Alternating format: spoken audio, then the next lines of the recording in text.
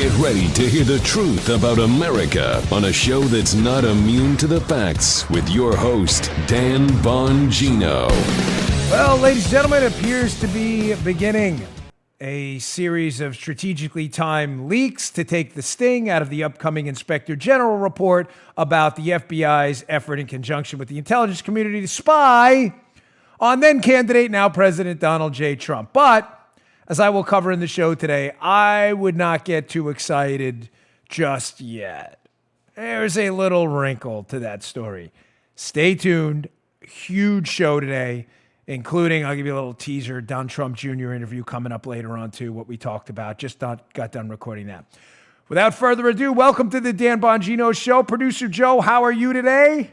It's Friday, and yes, we are it is. And apparently Siri thought you were talking to her again, so we got to deactivate Oh, hey, Siri, that. How you doing, baby? She does that all the time. Yeah, every time on the show. Always interrupts my show. Yeah, great interview with Donald Trump Jr. later. Yeah. But we have a loaded show for you today. I'm also going to hit on the specific reason certain people want you to not pay attention to the George Soros Ukraine Spygate, the whole angle. There's a very specific reason. Don't go anywhere. All right, today's show brought to you by my buddies at Bravo. I got their shirt on today. Bravo Company Manufacturing. We love Bravo Company Manufacturing. Visit BravoCompanyMFG.com. Why would you do that? Well, you would visit them because you're probably in the market for a rifle that is of the highest quality, exquisitely made, that fires precisely and doesn't malfunction on you when you need it. Well, you got to go to Bravo then. Folks, listen, Bravo Company Manufacturing. You know, they tell you, as I say often when I do the read for this company, which I love, they say never tell the audience what a company isn't. No one likes negatives, but in this case, it matters. Bravo Company Manufacturing is not a sporting arms company, okay? If you want a sporting arm, a hunting rifle, that's fine, that's great, but that's not what they do. They design, engineer, and manufacture, listen, life-saving equipment. It's not a sporting arms company. Bravo Company Manufacturing assumes when one of their rifles leaves their shop, it'll be used, God forbid, in a life or death situation, but that's the assumption they make with every piece of equipment, every rifle they send out. They'll be used by a responsible citizen, law enforcement officer, or a soldier overseas. Quality is all that matters to them. Every component of a BCM rifle is hand-assembled and tested by Americans in Heartland, Wisconsin to a life-saving standard. This is life-saving equipment. BCM puts people before their products. They build their products because they feel it's their moral responsibility to provide tools that will not fail the end user when it's not a paper target or a hunting competition, but somebody, God forbid, coming to do them harm. BCM knows reliable life-saving tools matter. That's why they produce life-saving equipment and the highest quality rifles out there. To learn more about Bravo Company Manufacturing, cool shirts too, head on over to Bravo Company MFG, Mary, Frank, George, BravoCompanyMFG.com. Discover more about their products, special offers, and upcoming news. Do not buy a rifle before you go to BravoCompanyMFG.com. BravoCompanyMFG.com. You need more convincing? Go to their YouTube channel, YouTube.com/Bravo Company USA. You will not be disappointed. I have two of these. They are terrific. All right, Joe, let's go. So, ladies and gentlemen, before we get to the whole Soros thing that came up yesterday at the impeachment trial, I'm not just bringing this up randomly. The Democrats brought it up yesterday, which I find fascinating. I want to cover the breaking news last night, which candidly screwed up my entire show. I had the whole show ready to go, right, Paul? I was preparing for my Donald Trump Jr. interview, and all of a sudden, breaking news, CNN, that's convenient, by the way, CNN and the Washington Post, which says to me it's a leak meant to take the edge off the upcoming IG report, has breaking news that the FBI, there's a line lawyer in the FBI that is being investigated criminally for changing an email apparently used as a supporting document for the FISA warrant on Carter Page. Now, ladies and gentlemen, it sounds pretty devastating. But just let me show you quickly. Well, I'll get to the Washington Post thing in a minute. This is devastating. It's pretty horrible. I'm not going to, go crazy with this and be hyperbolic because I'm losing confidence in the day with the IG report. I'll explain why in a moment. Before I get to that, though, Please do. Because I know everybody was. I know I Yeah. got the emails. Everybody was emailing me. Oh my gosh, Dan, your show tomorrow. You're gonna go criticism. Yeah. I'm not so convinced. Nah, sorry. I'm with the listeners. Yeah. All right. I'll tell you why first. Here's the good part first. This is by the way, the good part. I mean, some accountability is coming. Here is known anti-Trumper, a guy who can't stand. This guy hates my guts, by the way. Former United States Attorney in New York. Oh, he can't stand me. Preet Bharara, who he was on CNN. This guy can't stand Trump. He hates me. Here, he's even acknowledging that this admission now apparently in the Horowitz report that the FBI may have changed the document is big trouble for the FBI. Check out Preet Bharara right here. Preet Bharara, the former U.S. Attorney for the Southern District of New York. What's your reaction, Preet? Well, that's kind of an alarming bit of news. Obviously, based on what Evan is saying, there's a lot we don't know. But given the description he has provided, if there was an FBI agent sworn to uphold the Constitution who can be proven to have altered a document in connection with a legal proceeding, including the obtaining of a FISA warrant, that's really serious. It doesn't get a lot more serious than that. I'd like to know the details of what the nature of the change was, if there's a mistake in some way. Based on that reporting, it doesn't sound like it was. I want to keep an open mind about it, but that's not a good thing. It's a terrible thing. The law enforcement agents and prosecutors who work with them are sworn to uphold the Constitution, sure, but actually even exceed the protections in the Constitution. They have to be of the utmost integrity and the utmost candor, and when especially you're making a representation to the court, which is what a FISA application is, it's got to be on the up and up. And I know there's been a lot of political fighting about whether or not there was proper candor, and there was this back and forth with the House within the House Intelligence Committee when the positions were reversed between Devin Nunes and Adam Schiff, and that looked like a lot of politics. This particular thing that Evan Perez has just broken the story on does sound serious. Now, folks, you may be watching it go, Dan, I don't get it. Why are we not piling on? This is great. They finally got him. They changed documents to spy on Carter Page through a FISA warrant, who was a member of the Trump team, and through Carter Page spying on the Trump team as well. We finally nailed him to the wall. We may. But ladies and gentlemen, I'm not here for hysterics and explosive bombshells and all. I'm here to tell you the truth. I have been skeptical from the start that certain people were going to be nailed to the wall on this thing because I believe the deep state is deeper than most of us imagine, and I believe people are running to cover up. Now, let me give you the good and the bad first. By the good, but when I say the good, I mean the accountability portion of this. Finally, we are getting some accountability. The good portion of this, or the good signals, breaking good news, the fact that the leak was to CNN and apparently the Washington Post, which I'll put up in a moment here, about this FBI line lawyer who's being criminally investigated, says to me, Joe, and it should signal to you, and some of you are getting this if you're regular listeners to my show, because you're I know what you're, that they leaked to CNN and the Washington Post, says that the deep state swamp rats in the Department of Justice and the FBI involved in the spying scandal on Donald Trump see the information in the Inspector General's report is so dangerous and so pernicious that they had to leak it in advance late on a Thursday into a Friday during the impeachment trial, during the last day where that was dictating the news stories. Why, folks? To take the edge off. I ask you this. Yep. A knife, right? Do you want the knife? Right it? No, I die. That would really hurt. So what do? You just kind of poke a little bit. It hurts. It's annoying, but it's certainly not going to kill you. What they're doing here, these swamp rats who are leaking this, because a number of people have seen the IG reports, and I'm getting this from professionals in the business who have never lied to me. This show is frequently 3 or 4 weeks ahead of the news cycle, if not more. They leaked that out because there's potentially more damaging information to come. And if they feel like if they just poke slowly, it'll hurt a little bit. The public will get it, but a long weekend will go by. The impeachment thing's still going on. And by Monday, everybody will forget. That says to me, and should signal to you, that the IG report could be damning. There could be bad information in there. Got it? Yeah. Yeah, agree. Yeah. What's not good about this on the accountability front is it appears, at least from the leaks, that there's an effort to hedge bets again. Ladies and gentlemen, the big scandal in the Spygate scandal, spying operation on Donald Trump, it's not that Donald Trump was spied on. That is a scandal, and his team. What would be scandalous is if it wasn't predicated, right? We do facts here. If Donald Trump, Yeah. if they had legitimate information that Donald Trump was working with the Russians, ladies and gentlemen, to become the president and overthrow the United States on behalf of the Russians, then I think we'd all agree, great, spy on him. Correct?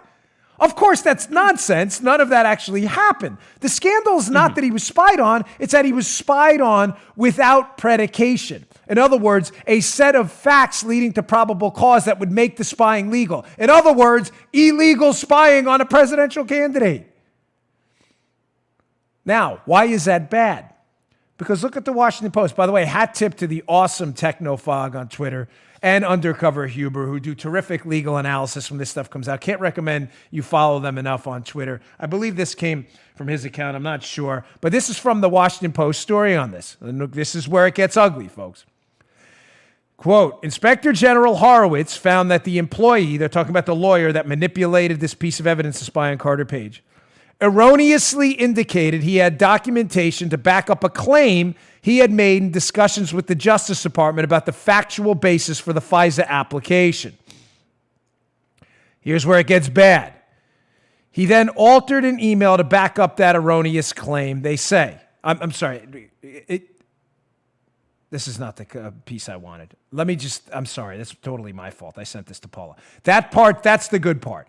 It goes on to say, forgive me, folks, but later on it goes on to say that it doesn't change the factual predicate for the spying on Carter Page. In other words, the story's been updated later to say that the predication for the spying may have still been legitimate. Okay. So, folks, again, this is why I don't get crazy with this stuff and why I believe there won't be any substantial accountability in this until we get John Durham and John Durham, the United States Attorney, to get heads to roll. That sounds really devastating from the Washington Post. And then you see down in the story later, which we'll put up, that, of course, it didn't change the factual predication for the spying. Ladies and gentlemen, that's the scandal. The scandal isn't that Trump and his team were spied on. It's that they were spied on for no reason, illegally. If the Washington Post be saying, yes, they were spied on and information was doctored and evidence, but the predication for the spying is still legitimate, it says to me somebody is still covering their butts. Why? Because the predication was not legitimate. Joe, if I've ever needed you as an ombudsman, I need you now. No, what everything you just said is pretty easy, okay? Good. I think so, too. I just want to make sure the audience gets it. The scandal here is the FBI and Department of Justice did not have adequate information to spy on someone. The scandal would be devastating if they altered evidence, as we now know happened according to the Washington Post. And by the way, remember the chain of command. Again, we're always a few weeks ahead of the news cycle here. The chain of command for the FISA application and the Woods file. The Woods file is the verification for the information. Was Kevin Kleinsmith from the FBI, Sally Moyer, and then Tashina Guahar. I always say her name wrong. Those were the line lawyers involved. We'll see what the email said. Now, why do I think this is bad? Bad for us, not bad for them. Because, folks, if someone is insisting in this leak that the FBI still believes they had factual predication to spy on the Trump team, we got nothing, ladies and gentlemen. We have an administrative thing. Really, we have a guy who made an administrative change on evidence. It's criminal nonetheless, but it's not. What does that matter? Much ado. That's not the scandal. The scandal is that to spy on, follow me here, this is where it's important. To spy on Carter Page in a FISA warrant, you have to prove two things. Don't ever forget this. Number one, you have to prove that Carter Page was acting on behalf of a foreign agent. And, not or, and, that he was acting on behalf of a foreign agent in violation of U.S. law. Ladies and gentlemen, acting on behalf of a foreign agent in the United States is not illegal. We'd have to arrest every diplomat for a foreign country. They're acting on behalf of a foreign agent. Are they not? Arrest him, the ambassador from Swaziland. He's not doing anything wrong. Lobbyists act on behalf of foreign agents all the time. It's not illegal. They petition the government about all kinds of things. You cannot do so in violation of a specific law. Right. Okay.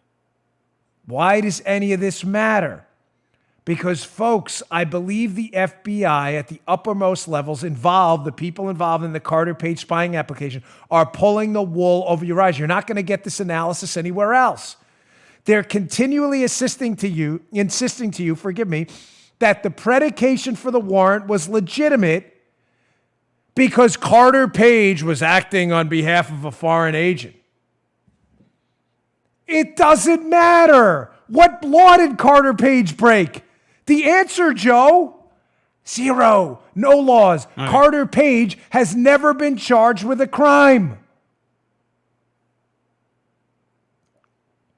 So you're saying that the details, and that's where the devil is, have really been left out, and we'll get whacked with them later. Yes. Okay.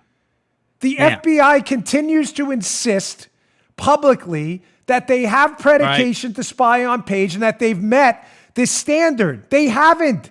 They haven't even met the Carter Page was acting on behalf of a foreign government standard, no less breaking the law.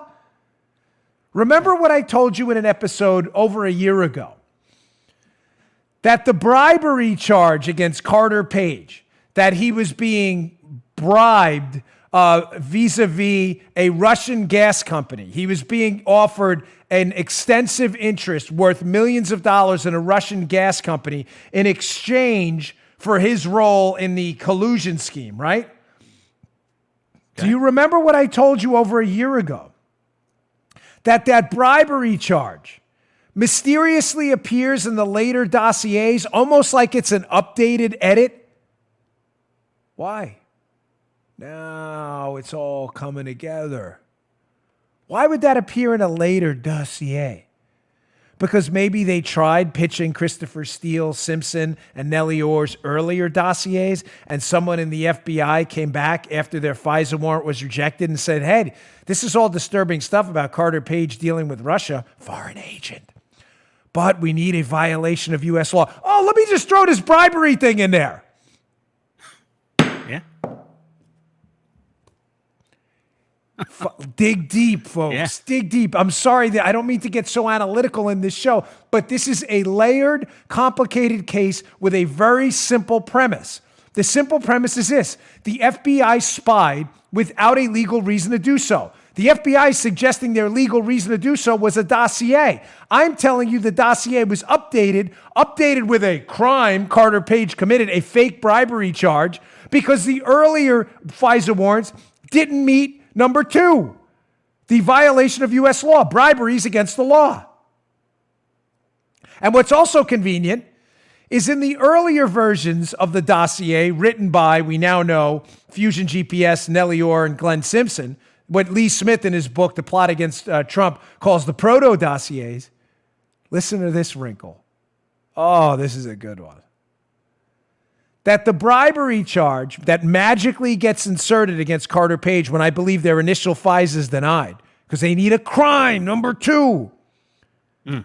The bribery charge through this Russian gas company and Igor Sechin, ladies and gentlemen, is magically the same set of characters Christopher Steele references in his earlier work with the FBI on the soccer scandal, where he claims the Russians tried to bribe this soccer federation using the same gas company and players. Oh.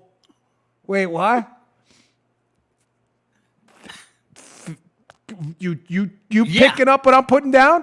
Christopher Steele has worked with the FBI in the past as an informant, unrelated to Russian collusion with Trump. Forget that for a second. Steele has been what they call a credible informant in the past, where in this international soccer scandal, bribes for the World Cup and things like that, Steele alleged he had information that the Russians were using this gas company and others to bribe the international audience to get the World Cup. All of a sudden, Steele, Simpson, and Nellie Orr present these dossiers to the FBI to get the Trump team spied on. The dossiers have to meet a 2-pronged test to get a FISA warrant. Foreign agent, violation of U.S. law. These initial dossiers indicate Page may have been a foreign agent. Not true, but it doesn't matter. But the FISA warrants, I believe, get denied at some level. They may not have even made it to the court. Someone filters back to Steele. Hey, buddy. Hey, buddy. Hey, buddy. Like my buddy used to say.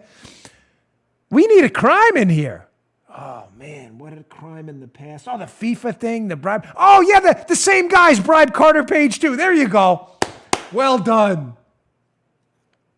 I'll be back after I let them know. Yeah, exactly. Let me let them know they were bribed. Very good. Well done. Exactly. Good. Well said. Yes, folks, that's the bad news and why I'm not getting all excited about this thing. Again, I don't want to be Debbie Downer. I want you to have the facts. Yeah.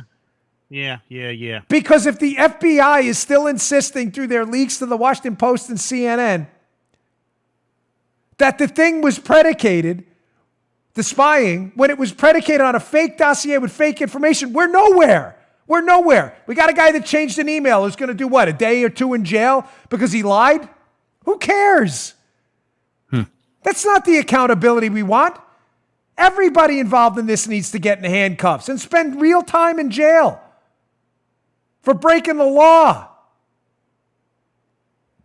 I'm not getting excited, and I'm sorry. I don't mean to burst anybody's bubble, but I'm tired of being disappointed. You kind of did. You did. You burst a lot of bubbles. But you know what? They have to be burst in the name of reality. You know, it's got to. Joe, I'm not. I don't mean to. No, I'm glad you. Because I don't want to tamper expectations. I have not, folks. Listen, right. I have great sources. I've got some ideas about what's going on and coming out. Yeah. The IG report will be coming out in December. I'm withholding judgment till I see it. I'm not getting excited about this. I thought it was a good revelation last night. Now I'm encouraging you to wait and let's get the facts on this. Doesn't mean give up. We don't do this. It's not the quitter show. Go find another show if you're interested in quitting. I'm not. All right, folks, let me get to some more. The Soros thing yesterday was just like out of the blue in the fake whistleblower and fake impeachment hearing. It's totally out of the blue. I'll get to that in a second. Today's show also brought to you by our buddies at Ali. Ladies and gentlemen, listen, Ali sells food for dogs. Notice I didn't call it dog food. Why? Because dog food is a negative connotation. Who wants to eat dog food? This is not dog food. This is a food for dogs. You can literally eat this stuff. I'm not kidding. It is human-grade food. And your dog's health is as important as every other member of your family. And it starts with what you feed them. But do you know what's in your dog's food? Ali puts dogs first. Our dogs, which we've hijacked from my grandmother, baby, look at baby boy. Come on, look at the baby boy right there. Look at those eyes. How are you going to get a dog like that, the baby boy? The baby boy loves Ali. That's I know. We love the baby boy. My mother-in-law named the baby. Cute. So, the cutest dog ever. Ali puts dogs first. Baby won't eat anything else. With vet-formulated recipes and fully transparent ingredients to give your dog the healthiest food possible. Ali makes fresh meals for dogs with real ingredients people can eat and delivers them to you on a regular schedule. I always use the example of, if you give your dog a piece of steak, is it dog food? No, it's a piece of steak you gave to your dog. That's how fresh and healthy this food is. It is food for dogs. Ali beat out store-bought dog food at 10-1 on the palatability scale. Listen, that's a fancy way of saying, you know what? The stuff just tastes good. Dogs love it because they create customized vet-formulated recipes made with all natural ingredients, no preservatives, and sourced from fresh U.S. family farms. Go to myollie.com. Answer a few questions about your dog, and they'll customize recipes for your dog. They'll ship pre-portioned meals. Just pop them open, feed them to your dog. So your pup gets the perfect portion every time. They've delivered how many? 5 million meals and counting. Shipping is free. And if your dog doesn't like the meals, it's just simple. They have a money-back guarantee. Trust me, they're going to love them. Ollie's offering our listeners 60% off your first box, plus a free bag of treats at myollie.com/try/Bongino. Make sure you get the website right for this deal. It's the best deal they have available anywhere. myollie.com/try/Bongino, Bongino, for 60% off plus a free bag of treats. Spelled myollie.com/try/Bongino. Your dog is going to love Ollie. Check it out today. Okay. So yesterday, I'm watching this impeachment fiasco again. Total joke, farce, completely melted down to the Democrats. By the way, I saw this morning. I didn't include it in the show because there was so much going on.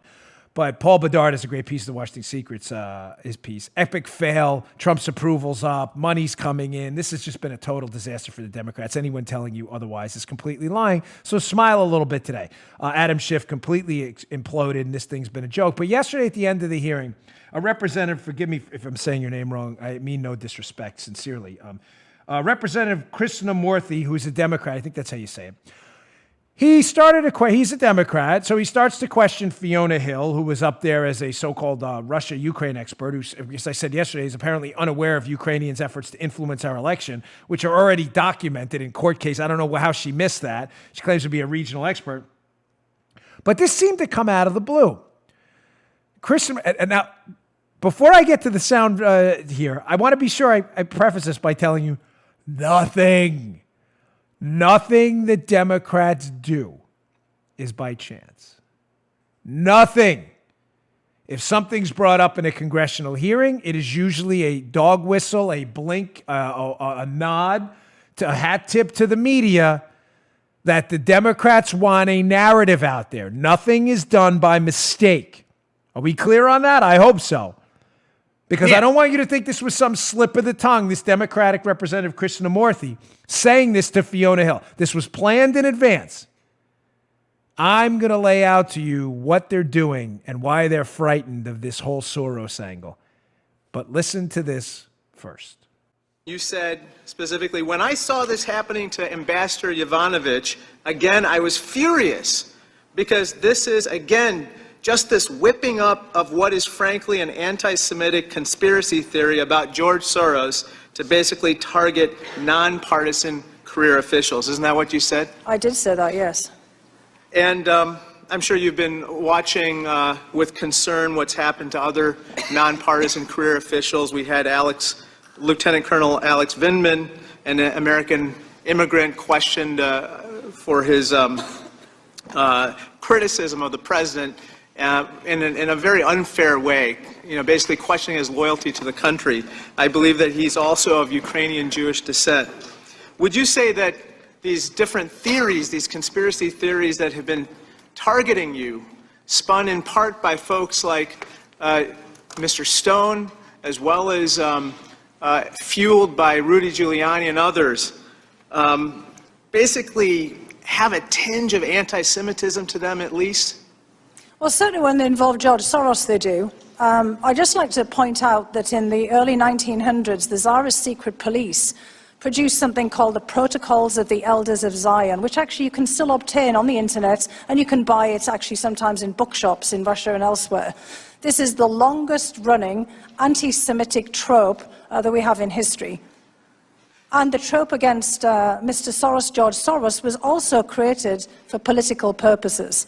And this is the new Protocols of the Elders of Zion. I'd actually intended to write something about this before I was actually invited to come into the administration because it's an absolute outrage.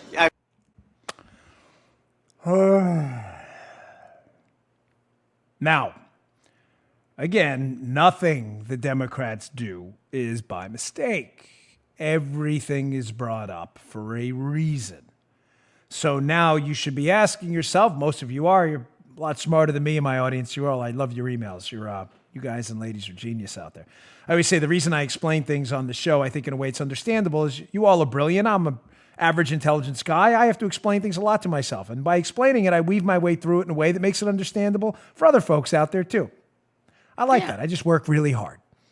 Overcome my shortcomings sometimes. You may be asking yourself the same thing. Well, what is the reason, Dan? Why did this Democrat representative, out of the blue, in a fake impeachment hearing about a fake whistleblower, all of a sudden just magically bring up George Soros? Well, let's get right to that. The question you need to be asking is, why did this come up in context of Marie Yovanovitch, and also kind of cryptically in conjunction with the famous, now infamous, do not prosecute list? Why is Soros coming up with that? Why is Soros a central figure at the end, by the way? Well, let's get to it. This is going to take a little going down the rabbit hole, but get ready. I promise I'll keep it for you. Why are they so afraid of Soros is what you should keep in your head, or a deep look at Soros. Why? Let's go first to the famous do not prosecute letter, which they say doesn't exist. Ladies and gentlemen, courtesy of John Solomon, here is the actual letter. I will read to you. You can observe it if you'd like on the YouTube account. It's irrelevant, youtube.com/Bongino if you'd like to see it. Here's page 1. Here's page 2. This is from George Kent, Deputy Assistant Secretary George Kent, who was the Charge d'Affaires in Ukraine at the time, a high-level U.S. diplomat who was writing to a Ukrainian prosecutor about people they'd prefer weren't prosecuted. What's interesting in there is at the end, he talks about this group ANTAC and how they'd rather not have U.S. government dollars, how they wouldn't want them prosecuted, this group ANTAC. So there's the letter yourself. You can see yourself that George Kent and others have insisted. It doesn't say do not prosecute, but clearly says we'd like you to stay away from these certain groups that have to do with this certain thing, the Anti-Corruption Action Centers. Everybody get it? Ladies and gentlemen, by the way, just so we're clear for the liberals watching, because I know your skulls can be about 62 feet thick and lined with adamantium and lead like it's out of an X-Men a comic book. That's the actual letter. Stay away from ANTAC. What does that have to do with Soros? We'll get to it. By the way, nobody's disputing the authenticity of the letter. That's the actual letter. Nobody. Kent, the State Department, Yovanovitch, none of them are suggesting that letter signed by George Kent is false or a hoax. The letter clearly states, in no uncertain terms, we'd rather you stay away from this group, ANTAC, disingenuously called the Anti-Corruption Center, whatever it was. Well, ladies and gentlemen, as we can see here from this piece in the Hill, this is a group partially funded by who? George Soros? John Solomon, I'm going to go through a series of Hill pieces by John Solomon. I'll put them up, by the way, some of them I will have in the show notes. U.S. Embassy pressed Ukraine to drop probe of George Soros during 2016 election. Well, Soros, that says ANTAC. What does Soros have to do with ANTAC?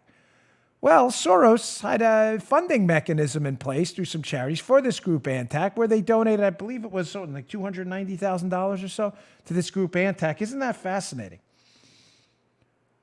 So ANTAC, which George Kent, the charge at the time in Ukraine, working under Marie Yovanovitch, they send this letter to a prosecutor in Ukraine suggesting you should probably stay away from this group partially funded by a George Soros philanthropic operation, money operation.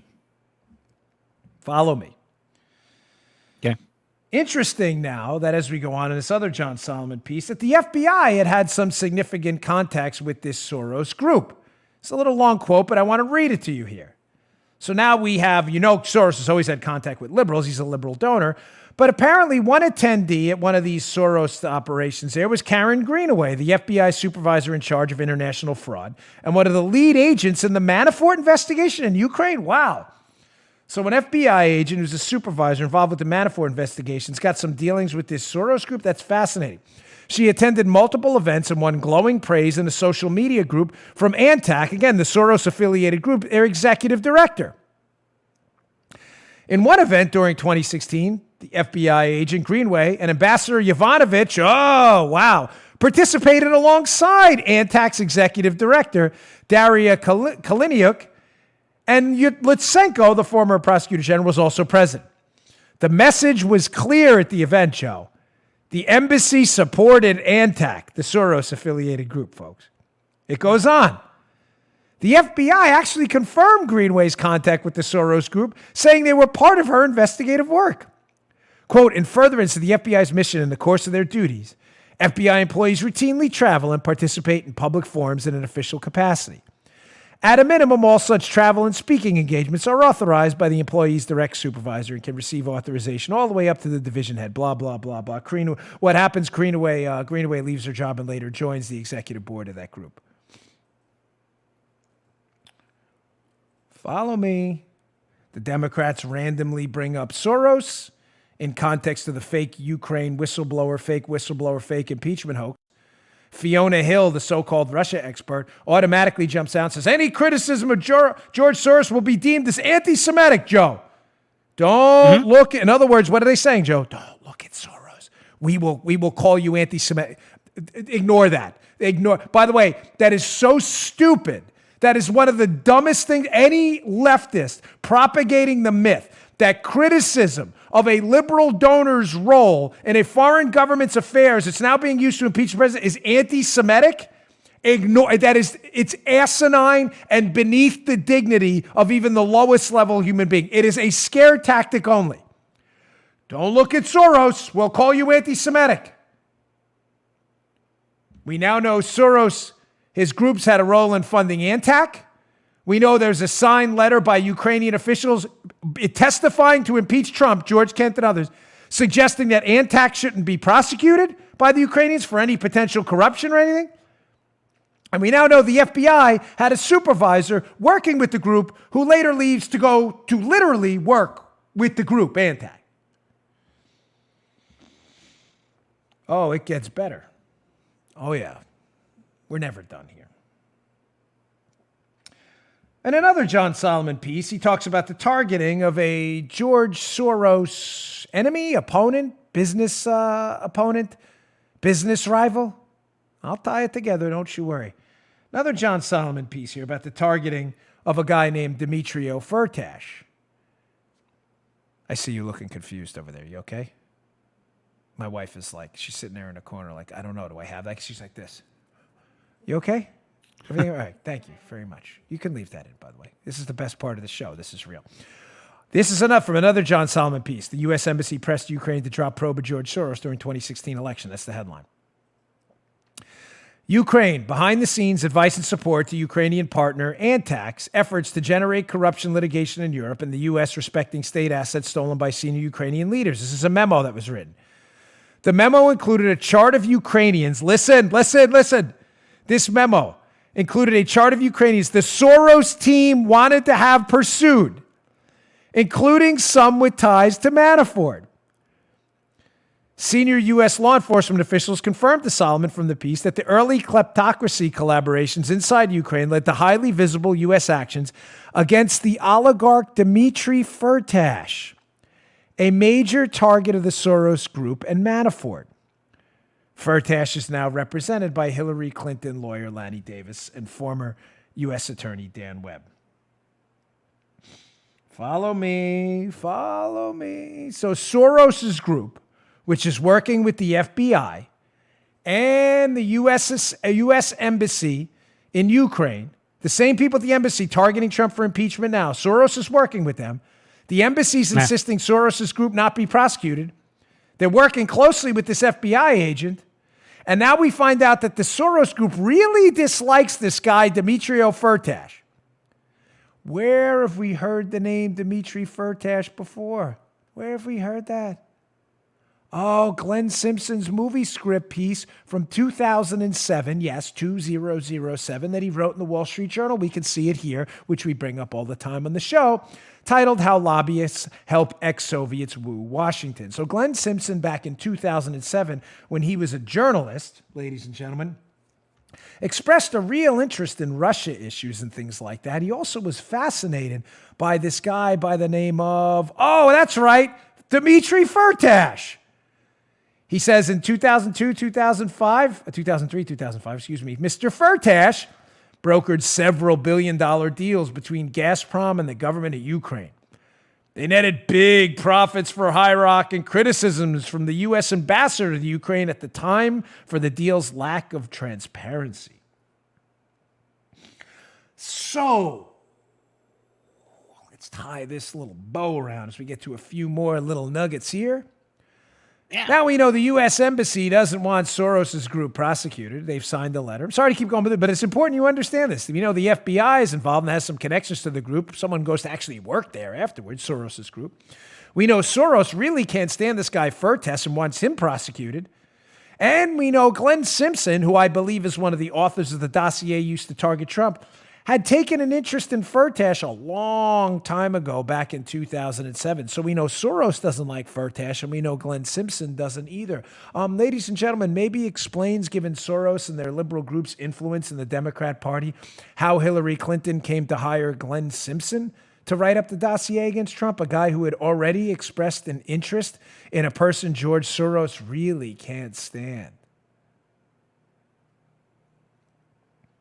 Oh, you don't think Soros can't stand him? You think I'm making that up? From John Solomon's other piece. Here's a great little snippet about the relationship between Firtash and Soros, who again becomes a subject of Glenn Simpson's ongoing attacks. Demetrio Firtash. I don't know Firtash. I have no idea. I've never met him personally. All I can tell you is George Soros doesn't like him, and Glenn Simpson doesn't either. Here's another piece by John Solomon. George Soros' secret 2016 access to the State Department exposes the big money hypocrisy of Democrats. George Soros is certainly big money. He has donated hundreds of millions of dollars to liberal causes. From the piece. For example, one DOJ investigation in 2014 targeted Ukrainian oligarch Demetrio Firtash. He and Soros, listen to this, both have significant energy interests, maybe they're competitors, in Europe and rival plans to rebuild Ukraine. After Firtash's indictment, Soros' business announced plans to invest $1 billion in Ukraine. Wow. Since then, significant problems have arisen with the DOJ's case, thwarting efforts to extradite Firtash to the U.S. for trial.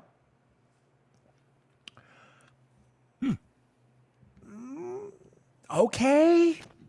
So now we find out we're not supposed to talk about Soros because the Democrats seemingly out of the blue say, now you will be considered an anti-Semite. A charge so utterly and completely ridiculous from a party so hell-bent on what seems to be the destruction of Israel at this point. Not all, but a lot of them.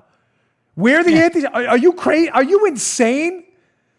Why are they doing that? Because as we know, Soros' group now, the Ukrainian ambassador over there and the Chargé and others said, well, you may not want to prosecute them because they were being looked at for potential illegality in Ukraine. Don't prosecute them. We now know the FBI was involved. We know Soros didn't like this guy, Demetrio Firtash, and wanted him prosecuted. We now know it's his business rival. We know the DOJ wound up opening a case against Demetrio Firtash. And we now know that Glenn Simpson took a special interest in Firtash too. Here comes the coup de grace. Well, what happens, ladies and gentlemen? Donald Trump gets elected to the surprise and chagrin of just about every media person on the planet outside of Fox. Donald Trump gets elected, and the FBI realizes it's got a big problem. It's got a fake dossier on its hands. It's got a do not prosecute list out there. It not only has a do not prosecute list, do not prosecute Soros' group, but it's got a list from Soros and a memo stating that you may want to look at my business rival, Demetrio Firtash, which they already opened up a case against Demetrio Firtash.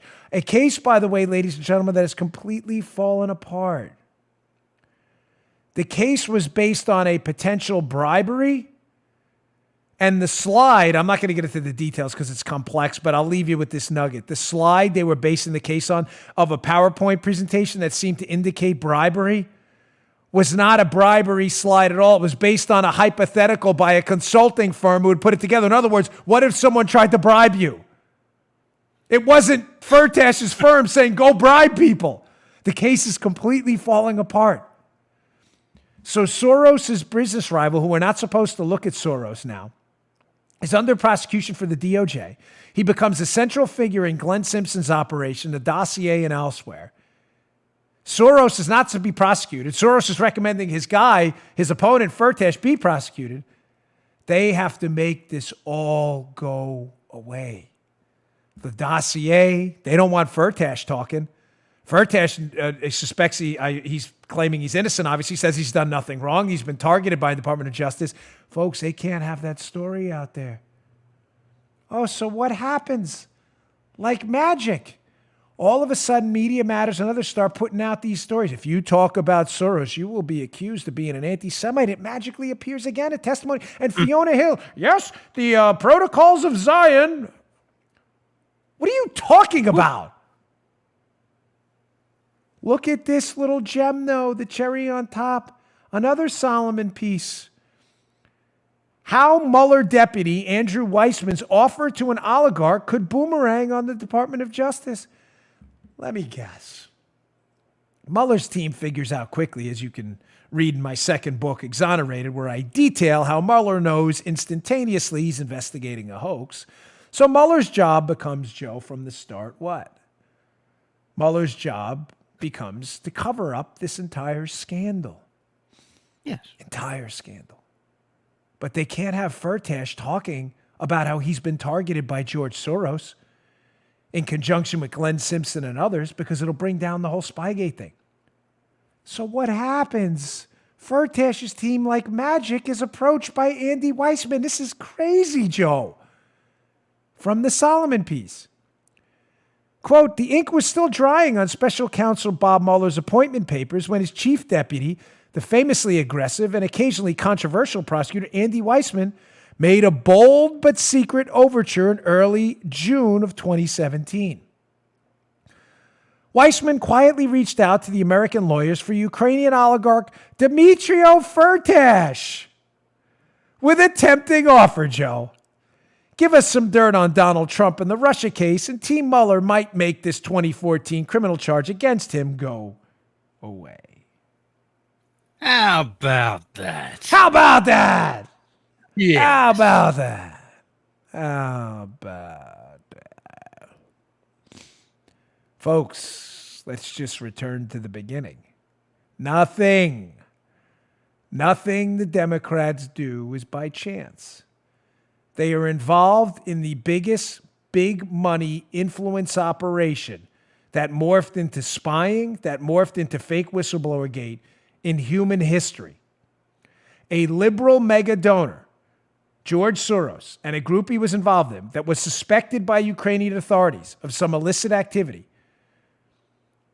Cases against them were squashed in a letter you just saw by our own officials overseas, working for a liberal administration under Barack Obama.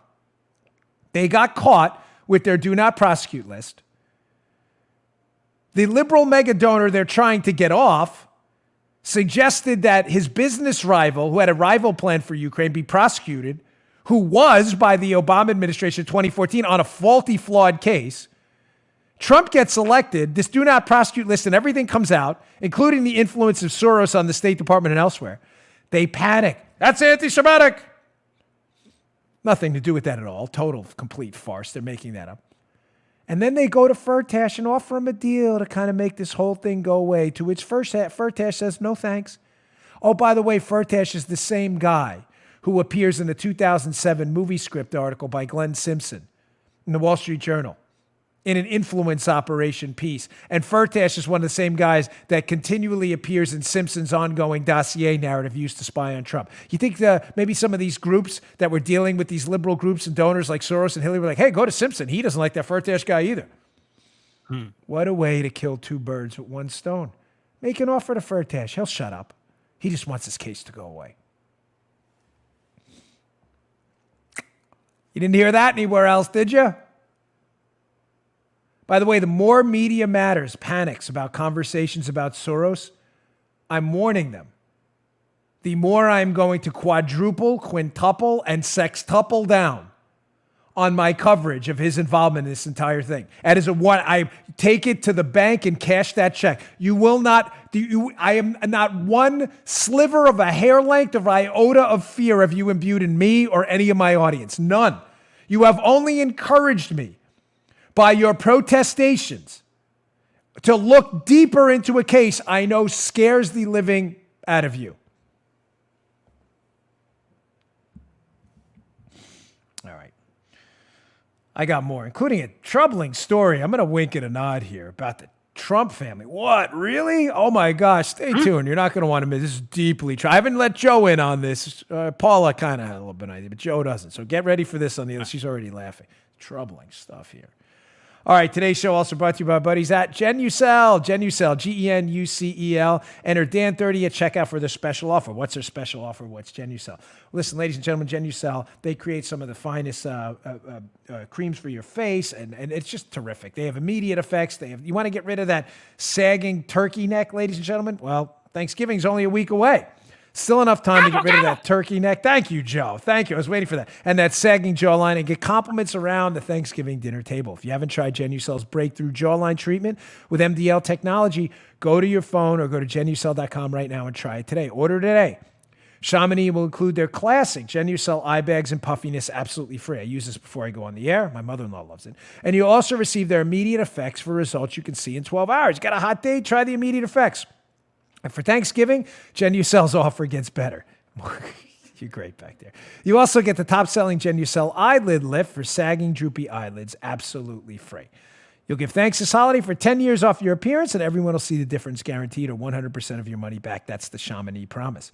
Go to Genucel.com and enter Dan30 at checkout. And from now until Thanksgiving, you'll also get the Genucel XV anti-wrinkle treatment. Gosh, that's a lot of stuff for fine lines and wrinkles as a third free gift. Shipping is also free. Order now at Genucel.com and use Dan30 at checkout. That's GENUCEL.com. Genucel.com, Dan30 at checkout. Check it out today. Okay. Nice. I know you're gonna be like, gosh, I don't know why he's reporting this. Ladies and gentlemen, I want to read to you. I'm going to read from my phone here, and it's for a reason. You'll see why in a moment. Disturbing story about Eric Trump. Yeah, maybe Eric Trump. Let's do that. Let me read this to you. This is a Washington Examiner. An investment firm linked to Eric Trump received over $130 million in federal bailout loans while his father, Donald Trump, was president, and routed profits to a subsidiary in the Cayman Islands, according to federal banking and corporate records reviewed by the Washington Examiner. Financial experts say the offshore corporate structure could have been used to shield earnings from U.S. taxes. Oh, my gosh. Big trouble for the Trump family, Joe. Folks, what's the problem with that? Can we all agree that's big trouble for the liberals are celebrating right now? Like, oh, they got him now. Routing money to the Cayman Islands. It sure sounds big, Dan. It's bad. Huge. It is, Joe. It's horrible.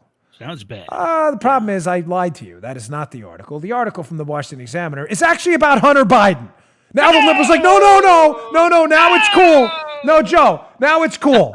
So here's the article, youtube.com/Bongino. Let me read it to you again accurately. Because liberals now are changing them. Now all of a sudden they think this is great. An investment firm linked to Hunter Biden received over $130 million in federal bailout loans while his father, Joe Biden, was vice president, and routed profits to a subsidiary in the Cayman Islands, according to the federal banking and corporate records reviewed by the Washington Examiner. Financial experts say the offshore corporate structure could have been used to shield earnings from U.S. taxes. Now all of a sudden, liberals are like, no. When it was Eric Trump, it was really bad. It's not Eric Trump. And forgive me, Eric, but I only did that, I think, as you would agree, to accentuate the point about what complete colossal frauds liberals are. Hunter Biden was obviously using his dad's name to leverage all sorts of business opportunities in places known for corruption and elsewhere. And nobody cares but right-leaning media. Liberals don't care at all because they have no principles at all.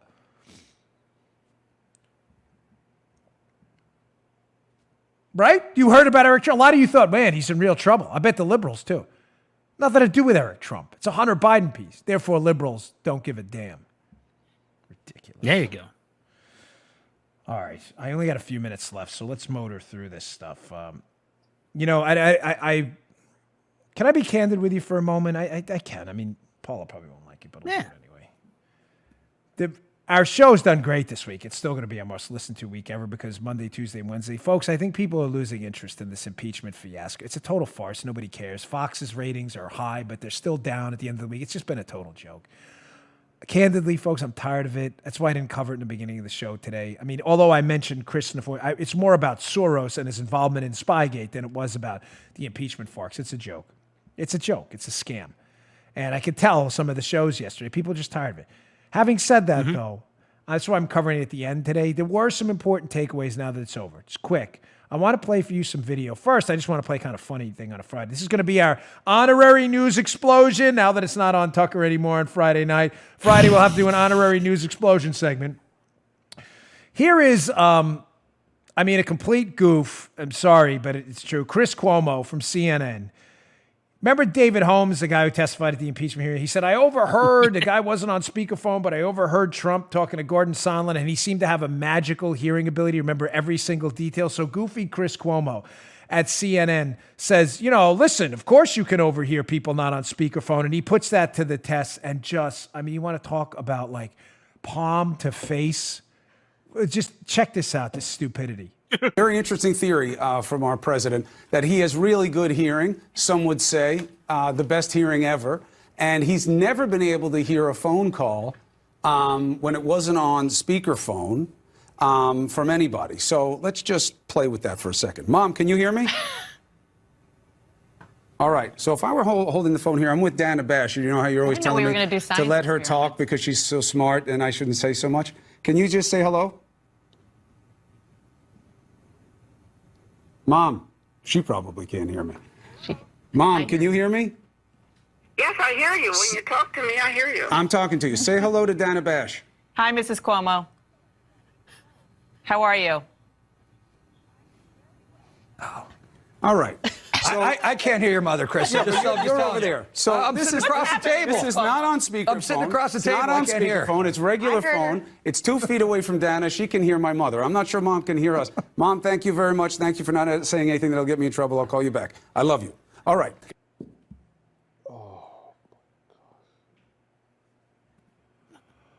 Oh my God. Can someone I need to have leeches put on my body to cleanse my blood after being exposed to this exponentially growing amount of stupid every day. Cuomo on the air. Joe, you were in live radio for a long time. Am I right in saying never ask a question you don't already know the answer to, and never do something you don't know the outcome for, right? You don't say on the air, I'm going to do this experiment with a hammer. I saw on YouTube a guy put a watermelon on his head and a dude smashed it with the hammer and it didn't make it all the way through, so it didn't hurt the guy. So let's try, and he knocks the guy out with it. You just don't do it.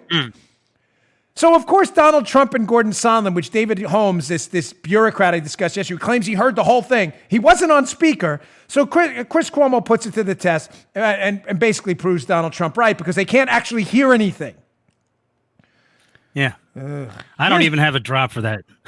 We don't. It's not even worth a Muttley. It isn't. We don't have a because drop there's for not that. enough Muttleys for that. It would be 7 or 8 straight Muttleys, which at the end of the show would take up 10 minutes. It's not. Thank you, Joe. You're right. It's not even worth it.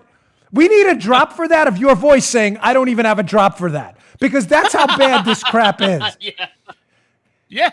Oh, Dano. Here's Johnny Ratcliffe, excellent congressman from Texas, calling out bionic hearing $6 million man David Holmes, who managed to hear an entire conversation, not on speakerphone, from many feet away, calling him out. Keep in mind, Ratcliffe calls him. He only seems to remember the stuff he's making up about Trump that sounds bad. When it's the other stuff, he's like, no, I didn't hear any of that. Check this evisceration up on the Hill out. What was the first thing the president said on the call?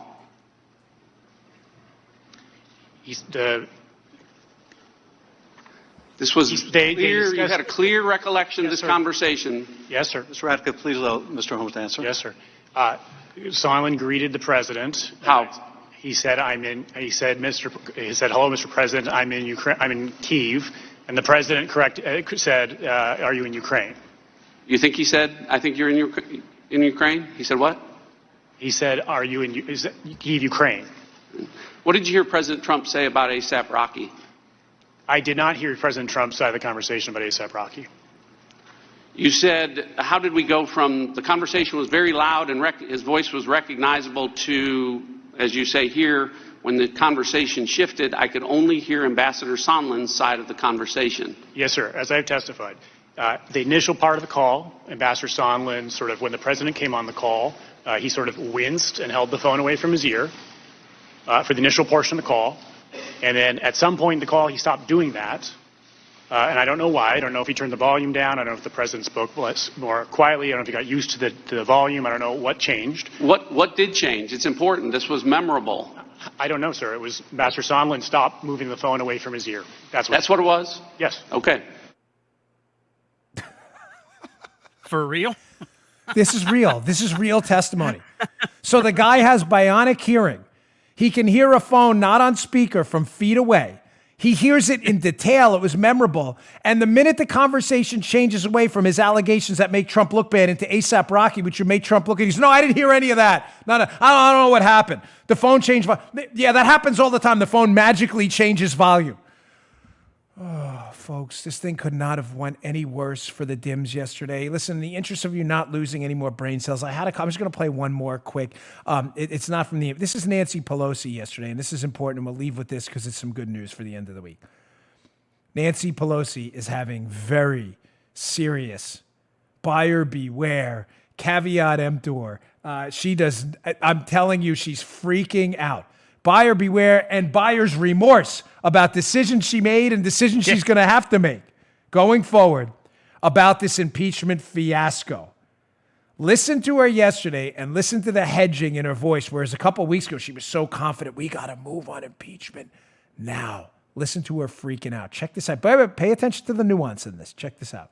No, the facts, we said we wanted to see the facts and we want the American people to see the facts.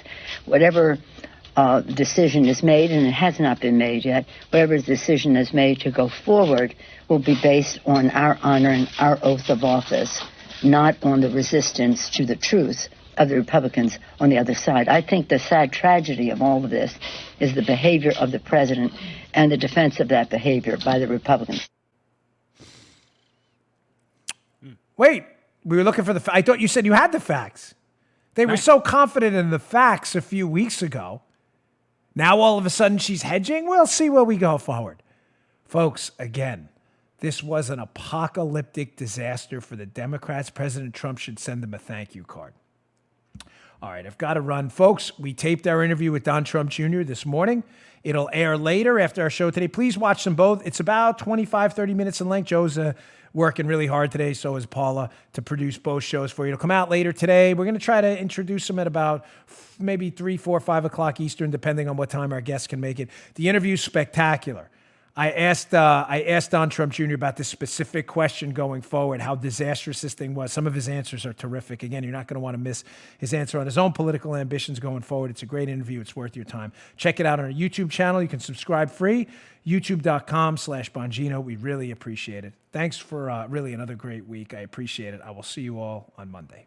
Good day, sir. Hey, thanks for tuning in. Today's show was brought to you by my buddies at Brickhouse Nutrition. They make some of the finest nutrition supplements on the market. My personal favorite is Foundation. Now, you don't hear anything shaking in there. Why? Because the bottle is empty, because I use it. I love this product. Check it out. Foundation. It is a creatine ATP blend. Does 3 things. Look better, feel better, perform better. Go give it a shot. Go to brickhousenutrition.com/Dan. Try out this creatine ATP blend and take the mirror test. If you don't believe me, take the mirror test. Before you try Foundation, right?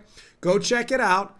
Give it about 7 days to work. Take a little mental snapshot of yourself in the mirror. Look at yourself after 7 days. You're going to love this product. Go check it out. brickhousenutrition.com/Dan. Check out Foundation today. Can't recommend it highly enough. Bottle's empty. Miles, the owner of the company, send me some more. Thanks for tuning in, folks. See you all later. You just heard The Dan Bongino Show. You can also get Dan's podcasts on iTunes or SoundCloud. And follow Dan on Twitter 24/7 @DBongino.